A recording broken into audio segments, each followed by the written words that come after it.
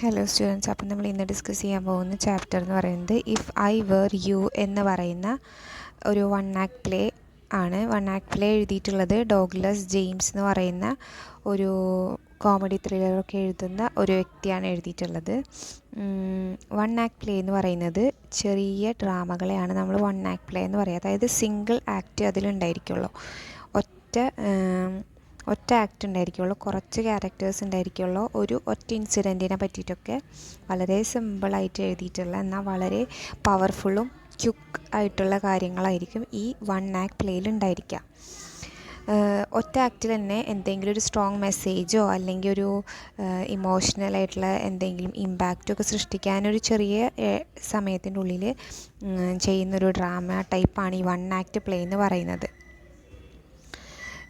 ഏകദേശം 2-3 ക്യാരക്ടേഴ്സ് മാത്രമേ ഈ ഒരു പ്ലേയിൽ ഉണ്ടായിരിക്കുള്ളൂ. അതുപോലെ തന്നെ ഈ ഒരു പ്ലേ നീണ്ടു നിൽക്കുന്ന ഡ്യൂറേഷൻ എന്ന് പറയുന്നത് ഒരു 20-30 മിനിറ്റൊക്കെ ഇത് നിലനിൽക്കുന്നുണ്ടായിരിക്കുള്ളൂ. പ്രത്യേകിച്ച് ഇടയിൽ ഇൻ്റർവെൽസോ മറ്റു കാര്യങ്ങളോ ഒന്നും ഉണ്ടായിരിക്കില്ല.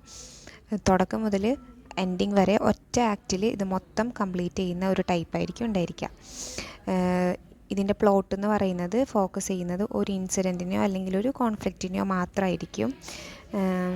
വളരെ ബ്രീഫായിട്ടുള്ള ഡയലോഗ്സൊക്കെ യൂസ് ചെയ്തിട്ടുള്ള മീനിങ് ഫുള്ളായിട്ടുള്ളൊരു പ്ലേ ആയിരിക്കും ഈ ഒരു വൺ ആക്ട് പ്ലേ എന്ന് പറയുന്നത്. ഇതിൻ്റെ ഒരു ക്ലൈമാക്സ് എന്ന് പറയുന്നത് തുടക്കത്തിലുള്ള ആ ഒരു വലിയൊരു കോൺഫ്ലിക്റ്റ് അല്ലെങ്കിൽ ആ ഒരു ഇൻസിഡൻറ്റിനെ സോൾവ് ചെയ്യുന്ന ടൈപ്പിലായിരിക്കും ഇതിൻ്റെ ആ ഒരു ക്ലൈമാക്സിലോട്ട് പോകുന്നുണ്ടായിരിക്കും. അപ്പോൾ നമുക്ക് ഈ ഒരു പ്ലേയും അതേപോലെ തന്നെയാണ്.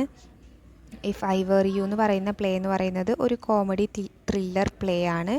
ഈ ഒരു സ്റ്റോറി ഹൈലൈറ്റ് ചെയ്യുന്നത്, ഈ ഒരു വൺ ആക്ട് പ്ലേയുടെ സമ്മറി ഹൈലൈറ്റ് ചെയ്യുന്നത് കാര്യം എന്ന് വെച്ചാൽ ഇതിലെ മെയിൻ ക്യാരക്ടറായിട്ടുള്ള ജെറാർഡിൻ്റെ പ്രസൻസ് ഓഫ് മൈൻഡും അയാളുടെ ആ ഒരു ജീവിതം നഷ്ടപ്പെട്ടു പോകുന്ന ആ ഒരു ടൈമിൽ, അത്രയും വലിയൊരു സിറ്റുവേഷനിൽ അയാൾ എങ്ങനെ ഹാൻഡിൽ ചെയ്തു അല്ലെങ്കിൽ അയാളുടെ ഒരു ഇൻ്റലിജൻസ് എത്രത്തോളം ആണെന്നൊക്കെ ഉള്ളതാണ് ഈ ഒരു സ്റ്റോറി അല്ലെങ്കിൽ ഇതിൻ്റെ ഒരു സമ്മറി എന്ന് പറയുന്നത്. അപ്പോൾ ഞാൻ നേരത്തെ പറഞ്ഞിട്ടുണ്ടായിരുന്നു ഈ ഒരു വൺ ആക്ട് പ്ലേ എന്ന് പറയുന്നത് വളരെ കുറച്ച് ക്യാരക്ടേഴ്സ് മാത്രമേ ഉണ്ടായിരിക്കുള്ളൂ. അപ്പോൾ ഇവിടെ 2 ക്യാരക്ടേഴ്സാണ് നമുക്ക് മെയിൻ ക്യാരക്ടേഴ്സായിട്ട് പറയുന്നുള്ളൂ. ഒന്നാമത്തെ ക്യാരക്ടർ എന്ന് പറയുന്നത് ജെറാർഡാണ്. അയാളാണ് main character and he is A calm and clever person. അതേപോലെ തന്നെ അയാളൊരു പ്ലേ റൈറ്ററാണ്, അതായത് ഡ്രാമ കാര്യങ്ങളൊക്കെ ചെയ്യുന്ന സ്റ്റേജ് ആക്ടറാണ്. ചെറിയ ഡ്രാമയും കാര്യങ്ങളൊക്കെ ചെയ്യുന്ന ആൾ. നെക്സ്റ്റ് വൺ എന്ന് പറയുന്നത് ഒരു ഇൻട്രൂഡറാണ്. ഇൻട്രൂഡറുടെ പേരെന്ന് പറയുന്നത് വിൻസെൻ്റ് ചാൾസ് എന്ന് പറയുന്നതാണ്. ആളൊരു കുറ്റവാളിയാണ്. ഇൻട്രൂഡർ എന്ന് പറയുമ്പോൾ കുറ്റവാളി. ഈ ഒരു കുറ്റവാളി ഓൾറെഡി ഒരാളെ കൊന്നതിന് ശേഷം ജെറാർഡിൻ്റെ അടുത്തേക്ക് വന്നേക്കാണ്.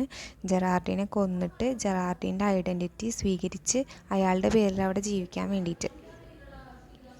അപ്പോൾ ഇത്രയൊക്കെയാണ് ഇതിൻ്റെ ഒരു മൊത്തത്തിൽ കാര്യം പറഞ്ഞിരിക്കുന്നത്. അപ്പോൾ ഇനി നമുക്ക് അടുത്തത് ഇതിൻ്റെ പ്ലോട്ടിൻ്റെ സമ്മറിയിലോട്ട് പോകാം. എന്തൊക്കെയാണ് ഇതിൽ ഓരോ സീനിലും എന്തൊക്കെയാണ് കാണിക്കുന്നത് എന്നുള്ളത് നോക്കാം.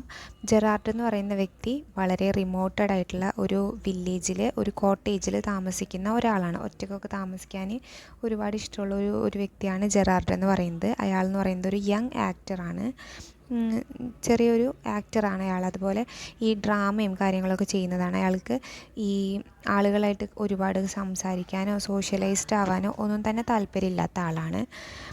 അപ്പോൾ ഒരു ദിവസം ഒരു ഈവനിങ്ങിൽ ഈ ജെറാർഡ് പെട്ടെന്ന് ഈ ഒരു ഇൻട്രൂഡറിനായിട്ടൊരു എൻകൗണ്ടർ നടക്കുകയാണ്. അതായത് ഈ ഇൻട്രൂഡർ, ഈ കുറ്റവാളി പെട്ടെന്നൊരു ദിവസം ജെറാർഡിൻ്റെ വീട്ടിലേക്ക് അതിക്രമിച്ച് കയറി വരാണ്.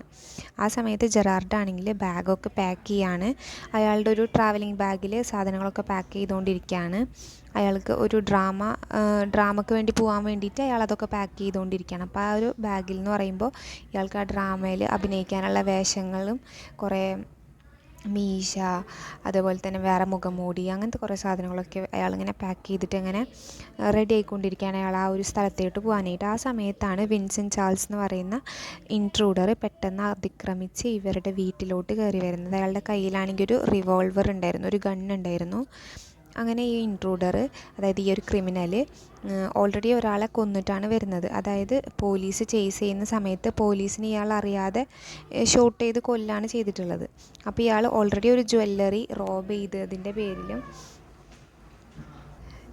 ജ്വല്ലറി റോബ് ചെയ്തതിൻ്റെ പേരിൽ ഇയാൾ അറസ്റ്റ് ചെയ്യാൻ വരുമ്പോഴാണ് ഇയാൾ ഒരു പോലീസിനെ കില്ല് ചെയ്യുന്നത്. അപ്പോൾ അതിൻ്റെ പേരിലും ഇയാൾ അറസ്റ്റഡ് ആവേണ്ട ആളാണ്, അല്ലെങ്കിൽ പോലീസ് ചേസ് ചെയ്തുകൊണ്ടിരിക്കുന്ന ഒരു വ്യക്തിയാണ്. അപ്പോൾ ഇപ്പോൾ ഈ ജെറാർഡിൻ്റെ വീട്ടിലേക്ക് ഇയാൾ കയറി വന്നതിൻ്റെ ഒരു പ്ലാൻ അല്ലെങ്കിൽ ഒരു ഉദ്ദേശം എന്ന് പറയുന്നത് ജെറാർഡിനെ കൊന്ന് അയാളുടെ ഐഡൻറ്റിറ്റി, അതായത് അയാൾ എന്താണോ ആ ഒരു ഐഡൻറ്റിറ്റി അതുപോലെ ജീവിക്കാൻ. കാരണം അയാളൊരു ഐസൊലേറ്റഡ് ആയിട്ട് ജീവിക്കുന്നൊരു വ്യക്തിയാണല്ലോ, അധികം ആൾക്കാരായിട്ടൊന്നും ഇടപെടാനോ സംസാരിക്കാനൊന്നും താല്പര്യമില്ലാത്തൊരു വ്യക്തിയാണ്, ഒരു മിസ്റ്റീരിയസ് ആയിട്ടുള്ള ക്യാരക്ടറാണ്. അപ്പോൾ അതുപോലെ ഇവനിക്ക്, അതായത് വിൻസെൻ്റ് ചാൾസിന് അവിടെ ജീവിച്ചാൽ ആരും വിൻസെൻ്റ് ചാൾസിനെ മനസ്സിലാക്കാൻ പോണില്ല. അപ്പോൾ അവനക്ക് എത്ര കാലം വേണമെങ്കിലും അവിടെ ജീവിക്കാൻ പറ്റും. അപ്പോൾ അതിൻ്റെ പേരിൽ ജെറാർഡിനെ കൊല്ലാനാണ് ഇയാൾ ഇവിടെ വന്നിട്ടുള്ളത്. അപ്പോൾ ഇൻട്രൂഡർ വിചാരിക്കുന്ന ഒരു കാര്യം എന്ന് പറയുന്നത് ജെറാർഡ് എന്ന് പറയുന്നത് വളരെ ഈസി ആയിട്ട് ഇവനക്ക് ടാർഗറ്റ് ചെയ്യാൻ പറ്റും, കൊല്ലാൻ പറ്റും എന്നൊക്കെയാണ്. പക്ഷേ ജെറാർഡ് ഈ കാര്യങ്ങളൊക്കെ മനസ്സിലാക്കുകയാണ്, ഇവനൊരു ഇൻട്രൂഡർ ആണെന്നൊക്കെ ഉള്ള കാര്യം മനസ്സിലാക്കുമ്പോൾ പെട്ടെന്ന് തന്നെ ജെറാർഡ് കൂളാവും, കാമാവും. അതുപോലെ തന്നെ പെട്ടെന്ന് ഇയാളുടെ തിങ്കിങ് എബിലിറ്റിയിൽ ഇയാൾക്ക് ആലോചിക്കുന്ന ഒരു കാര്യം എന്ന് പറയുന്നത് എങ്ങനെയെങ്കിലും ഈ ഒരു ഇൻട്രൂഡറിനെ ട്രിക്ക് ചെയ്യാം, അതായത് പറ്റിക്കാം. അപ്പോൾ ജെറാർഡ് പറ്റിക്കുന്ന ഒരു രീതി എന്ന് പറയുന്നത് ജെറാർഡും ഒരു ക്രിമിനലായിട്ട് പ്രിറ്റൻഡ് ചെയ്യും, അതായത് അഭിനയിക്കും. അതായത് ഇവൻ പറയും, എന്നെയും പോലീസ് അന്വേഷിച്ചുകൊണ്ടിരിക്കുകയാണ്, ഞാനും ഇങ്ങനെ ഒരു ആളെ കൊന്നതിന് ശേഷം ഇവിടെ ഒളിച്ചു വന്ന് താമസിക്കുകയാണ്, അപ്പോൾ ഞാനിപ്പോൾ ഇവിടെ നിന്ന് രക്ഷപ്പെടാൻ വേണ്ടിയിട്ട് പോവാണ്. അപ്പോൾ അങ്ങനെയുള്ള ഒരു പെട്ടെന്നുണ്ടായ ആ ഒരു പ്രസൻസ് ഓഫ് മൈൻഡിൽ ക്രിമിനലിനെ പ്രിറ്റൻഡ് ചെയ്തിട്ട് താനും ഒരു ക്രിമിനലാണെന്ന് പറഞ്ഞുകൊണ്ടുള്ള ഒരു ക്ലെവറായിട്ടുള്ള ഒരു മൂവാണ് ശരിക്കും ജെറാർഡ് അവിടെ എടുക്കുന്നത്. അതുവഴി ഈ ഒരു കുറ്റവാളിനെ ഡിസ്ട്രാക്ട് ചെയ്യാനായിട്ട് ജെറാർഡിന് സാധിച്ചു. അങ്ങനെ അയാൾ ആ ഒരു സിറ്റുവേഷനെ മാനേജ് ചെയ്യാനാണ്, വളരെ കാമായിട്ടും ക്വയറ്റായിട്ടും മാനേജ് ചെയ്യാനാണ് ശ്രമിച്ചത്. എന്നിട്ട് ഇയാൾ പറയും, ജെറാർഡ് പറയും വിൻസെൻ്റ് ചാൾസിനോട്, നിങ്ങളെപ്പോലെ തന്നെ ഇങ്ങനെ ഒളിവിൽ താമസിക്കുകയാണ് ഞാനും ചെയ്യുന്നത്, അതുകൊണ്ട് ഇപ്പം നിങ്ങളെൻ്റെ വീട്ടിലേക്ക് വന്നത് ശരിക്കും ഒരു എളുപ്പമായി. ഇപ്പം നമുക്ക് രണ്ടുപേർക്കും കൂടിയിട്ട് പോലീസ് അങ്ങനെ നമ്മളെ ചേസ് ചെയ്ത് വരാണെങ്കിൽ അവരിൽ നിന്ന് രക്ഷപ്പെടാനായിട്ട് കുറച്ചും കൂടിയും ഒരു സ്ട്രെങ്ത്ത് ഉണ്ടായി എന്ന് പറയും. അങ്ങനെ ഈ ഇൻട്രൂഡർ അത് വിശ്വസിച്ച് നിൽക്കുന്ന സമയത്ത് ജെറാർഡ് ഇൻട്രൂഡറിനെ വീട്ടിൽ തന്നെ നിർത്താമെന്നാണ് വിചാരിക്കുന്നത്. കാരണം വീട്ടിൽ നിർത്തിയാലാണ് ജെറാർഡിന് പെട്ടെന്ന് തന്നെ പോലീസിനെ കോൾ ചെയ്തിട്ട് ഈ ഒരു ഇൻട്രൂഡറിനെ ആളുടെ കയ്യിൽ ഏൽപ്പിക്കാനായിട്ട് പറ്റുള്ളൂ. അപ്പോൾ അതിന് വേണ്ടിയിട്ട് ഇയാൾ ഒരു നാടകം പോലെ അപ്പോൾ അവിടെ ചെയ്യുകയാണ്. അതായത്, നീ ഇവിടെ സേഫായി നിന്നോ, എനിക്ക് ഇവിടെ പോലീസ് വരുന്നുണ്ടോ ഇല്ലേ എന്നൊക്കെ സിഗ്നൽ തരാൻ പുറത്തൊരാൾ നിൽക്കുന്നുണ്ട്, അപ്പോൾ അയാളുടെ അടുത്ത് ഞാനൊന്ന് അയാളായിട്ടൊന്ന് ഞാൻ കണക്ട് ചെയ്ത് നോക്കട്ടെ, പോലീസ് ഇല്ലെങ്കിൽ നമുക്ക് ഒരുമിച്ച് രക്ഷപ്പെടാം എന്നൊക്കെ പറഞ്ഞിട്ട് വിൻസെൻ്റ് ചാൾസിനെ കുറച്ച് ട്രസ്റ്റ് ഉണ്ടാക്കും അയാളിൽ. അങ്ങനെ ട്രസ്റ്റ് ഉണ്ടാക്കിയെടുത്തതിന് ശേഷം ജെറാർഡ് പെട്ടെന്ന് തന്നെ പോലീസിന് കോൾ ചെയ്യും. പോലീസ് ആ സ്ഥലത്തെത്തുകയും ഇൻട്രൂഡറിനെ അറസ്റ്റ് ചെയ്ത് കൊണ്ടുപോവുകയാണ് ചെയ്യുന്നത്. അപ്പോൾ ഇതാണ് ഈ ഒരു വൺ ആക്ട് പ്ലേയുടെ മൊത്തത്തിലുള്ള ഒരു സമ്മറി എന്ന് പറയാനുള്ളത്. വളരെ സിമ്പിളായിട്ടുള്ള ഒരു സമ്മറിയാണ്. ഒറ്റ ഒരു സ്ട്രക്ചറിൽ എടുത്തു തീരുന്ന ഒരു പ്ലേ ആയിരിക്കും, അല്ലെങ്കിൽ ഒരു നാടകമായിരിക്കും വൺ ആക്ട് പ്ലേ എന്ന് പറയുന്ന കാര്യം.